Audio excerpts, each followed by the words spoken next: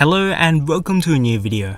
I'm Vanguard and today we'll be going through a Kingdom Hearts character discussion on Aqua. This is a new series I wanted to introduce to the channel, just talking about the main characters of the franchise involving their personality, history, story and future. But without further ado, let's get right into it. So firstly, let's start off with who Aqua is. Aqua is one of the three main protagonists of Birth by Sleep and the main protagonist of 0.2, a Fragmentary Passage. Her name means water in Latin, which connects to Kairi's name, which means sea. Out of the trio of best friends, Terra, Ventus and Aqua, she is definitely the most headstrong, mature and intelligent character. She is selfless and affectionate towards her companions and is very well regarded in the community. Her story begins in Birth by Sleep, which was released way back in 2010. We are introduced to three main characters of the game, Terra, Ven and Aqua, all going to see the meteor shower together. When Aqua first appears in-game in front of Ven, it is reminiscent to the first scene with Kairi in Kingdom Hearts 1. We will later see the connection in the story. Upon gathering, we see how the friendship of the group flows. They all see each other as siblings, with Aqua and Terra viewing Ven more of a younger brother. The scene continues and we see the affectionate caring side of Aqua, gifting each of her friends star-shaped good luck charms, another comparison with Sora and Kairi's relationship later in the timeline. After the scene, you as the player are given the choice between three of the playable characters. Aqua's strength gameplay-wise is magic. In the next scene, the trio of friends, Xehanort the villain and Ericus the master are all present for the Mark of Mastery to commence between Aqua and Terra. While there were things that interrupted the flow of the exam, Aqua seemed unfazed and calm in every situation, however does worry for Ven in the background. In the end, Aqua is gifted with the title of the Keyblade Master. We also see her relationship with Ericus being one of high respect, loyalty and trust. She is given both the task and role of watching over her two friends, Terra for his darkness and Ven for his safety due to lack of experience, as Ericus sees her as a trustworthy and reliable person. And Aqua does respond with obedience despite her faith in her friends. Now they all travel to multiple different worlds, with Aqua following their footsteps last for the most part. Her role in the majority of the worlds was learning about what was happening to her friends and helping the people of the places she visited. Slowly but surely she learns about the dark path Terra has taken. Eventually she ends up in Radiant Garden, which later as we know becomes Hollow Bastion. She ends up meeting with Kairi, who is endangered by the Unverse and quickly comes to her rescue. And out of the need of safety and fear, Kairi, unaware of the consequences, touches Aqua's blade, which unintentionally gives her the ability to wield a Keyblade in the future. With the help of Mickey, the Unverse are eliminated, with Mickey referring to Kairi as a special being. Aqua casts a protective charm on her for the future and proceeds to tell her it may have been destiny that led their past meeting. The three friends eventually meet up here together, but a boss battle in a form of an Unverse appears. Together they take down the enemy. Aqua, who is worried about Terra's state, questions him about the negative actions he has done. He is insulted by these words and quickly realizes she's been following him out of Ericus' orders, leaving his friends to go on his own path. Ventus sides with Terra, putting the blame on her, saying that her position as master has gotten to her head and leaves her all alone. This gave her character a sense of tragedy, as she did nothing wrong and had all the good intentions to do what was right, however things just fell apart. Later in Radiant Garden she meets up with Vanitas for the first time, who taunts her by talking about Ventus. After fighting and escaping Aqua, she understands the sense of danger he poses and is motivated to stop him to help her friends. Once more she meets up with Ventus, who requests her for him to join wherever she's going. However, she does decline, stating that she doesn't wish to put him in harm's way. Aqua travels to deep space and becomes friends with Stitch, who had a copy of Terra's Wayfinder. Dr. Jumper tells Aqua it was something important to him, which gave Aqua hope that their friendship was still valued. In the Olympus Coliseum, Aqua learned that Terra had won the previous tournament. Zack, who was placed second, holds Terra in high regards after saving him from Hades, which told her he was fighting against the darkness. She became hopeful. When we come to the Neverlands, she comes face to face with Vanitas once more, who angers her after he broke Ventus' prized possession, his wooden Keyblade. After an intense battle she wins but shortly passes out. Upon recovering she leaves the Neverlands and enters Destiny Island somehow by an unknown force. She meets two young boys, Sora and Riku, and comments on how similar they are to her friends and recognizes that Riku has been chosen by Terra to be his successor to wield a Keyblade. She chooses not to give the same treatment to Sora due to the large responsibility that comes with it. She leaves the island and finds Mickey drifting in space, who previously faced against Vanitas alongside with Ventus, but was sucked into a void. She takes him to Yensid at the mysterious tower and is informed with the death of Ericus by the hands of Terra and Xehanort. But she denied the idea that her friend was involved. Yensid finally tells her where everyone will be gathering at the Keyblade Graveyard, where the fate of the three will be decided. The three friends briefly interact at the place. Terra owns up to his mistakes, Ventus asks to put an end to him, while Aqua worries all for their safety. But this reunion won't last long at all, as Vanitas and Xehanort arrive here for the final showdown. The battle is split into two separate groups, Ven and Aqua vs Vanitas and Terra vs Xehanort. Braid joins to stall against Aqua as she defends her frozen friend. Vanitas strikes mid-battle, knocking Aqua unconscious to fight against Ven. After some time, Aqua awakens next to Mickey, and they quickly investigate Ventus, who's been possessed by Vanitas, now wielding the X-Blade or Keyblade. Through an intense, hard-fought battle, she defeats him, and his blade explodes in the process. The remnants of those Aqua still have left gather at the mysterious tower. The truth of Ven's seemingly permanent slumber is unveiled to her, while Terra is a mystery. This is where the story ends, or so we thought. After completing the three main story or playable characters, you unlock a secret episode which picks up from Aqua's initial story ending. Her mission now is to find a safe place for Ven to sleep, his home, the land of departure. And she carries him across their shambled home. She recalls her final few memories of Ericus. He tells her to lock this land away with his Keyblade if anything were to happen to him and if they were in danger with darkness. She obeys these orders for the safety of Ven, and what was once their home transforms into Castle of Oblivion. She makes her exit after hearing the voice of Terra in Radiant Garden and proceeds to fight him. A lot of the fans like to call this form Terranort, where he's in a state of confusion but Xehanort has the majority of the control of the body. The battle finishes after a hard internal and physical struggle. Terra's heart fought back many times and forces Xehanort to lock his own heart, leading to his amnesia. Now unconscious, his body falls into the realm of darkness. However, without hesitation, Aqua jumps in to rescue him.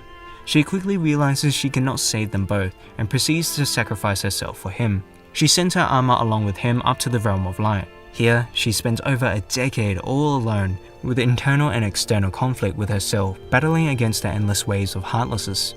To this day, she is still lost, trapped in the realm of darkness. This concludes her story of Birth by Sleep.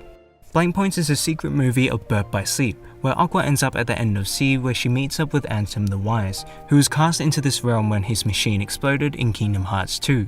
He reveals the events of the Realm of Light that have occurred in Aqua's over 10-year absence, including the actions of Sora.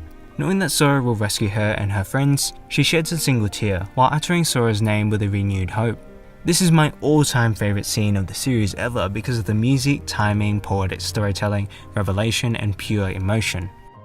In the newer editions of Kingdom Hearts 2, there are references of her existence with both her Keyblade and armor residing in Chamber of Repose, where Xemnas often visits to talk to the armor, referring to it as a friend. Sora encounters Xigbar, who mentions the other Keyblade bearers, referring to Terra, Aqua and Ventus. Kingdom Hearts Recoded also briefly mentioned Ven, Terra and Aqua as those who need saving to data Sora. Once more, she momentarily appears in Dream Drop Distance, where Sora is placed in a nightmare by the organization during the Mark of Mastery. The semi-recent release of 0.2 Birth by Sleep, a Fragmentary Passage, expands her story in the realm of darkness. The mood of the game is quite depressing to fit the setting, and it continues where the secret episode left off, which occurs during Kingdom Hearts 1. In this game we explore familiar worlds such as Dwarf Woodlands, Castle of Dreams, Enchanted Dominion and Destiny Island. The game focuses on Aqua's struggle against darkness, her loss of purpose and the drive to keep alive for the greater good. Her character for the most part remains the same, however the effects of being lonely for so many years are definitely present.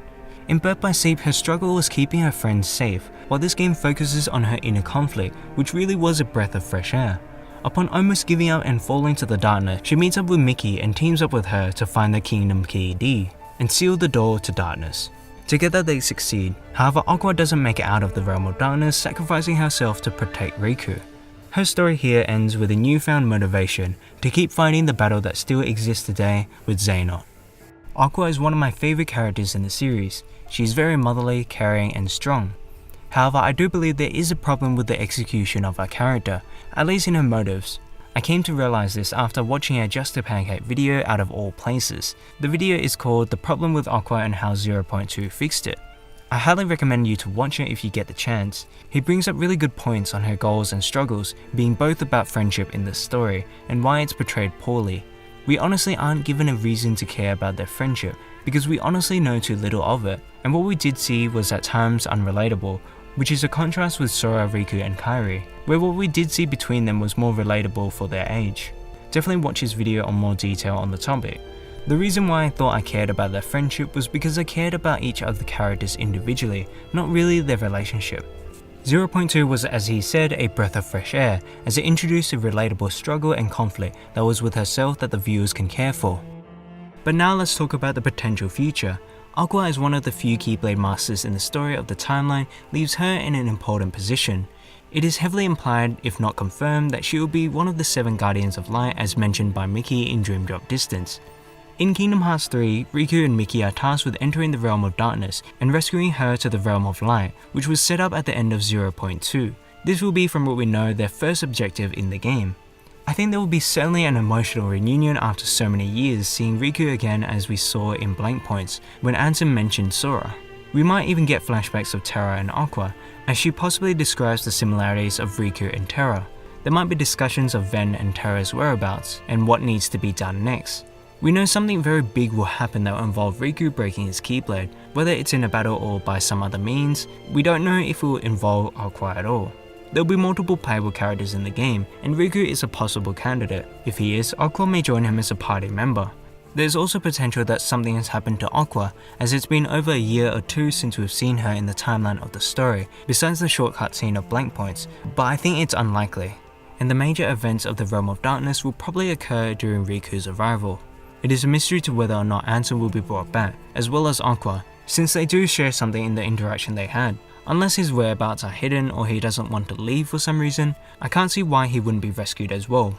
After the escape of the Realm of Darkness, Ven is probably the next in the line to be rescued, as Aqua is the only person with the ability to find him, according to Ericus's teaching.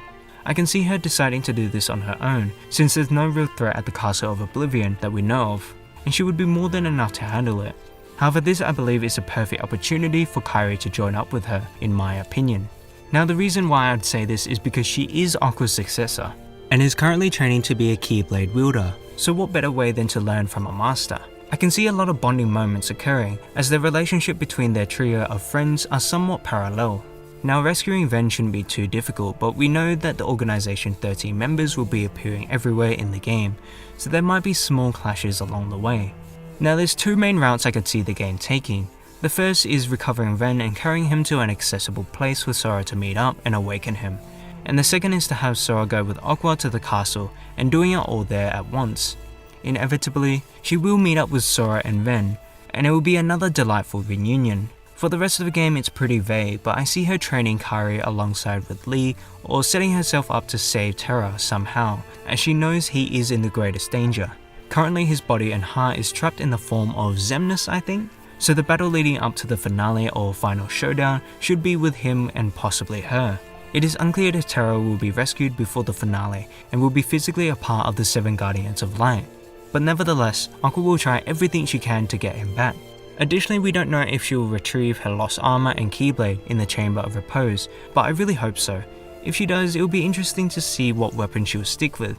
Xemnas may appear as he did spend a lot of time in this place talking to her armor, so I feel that some major interaction between the two will happen.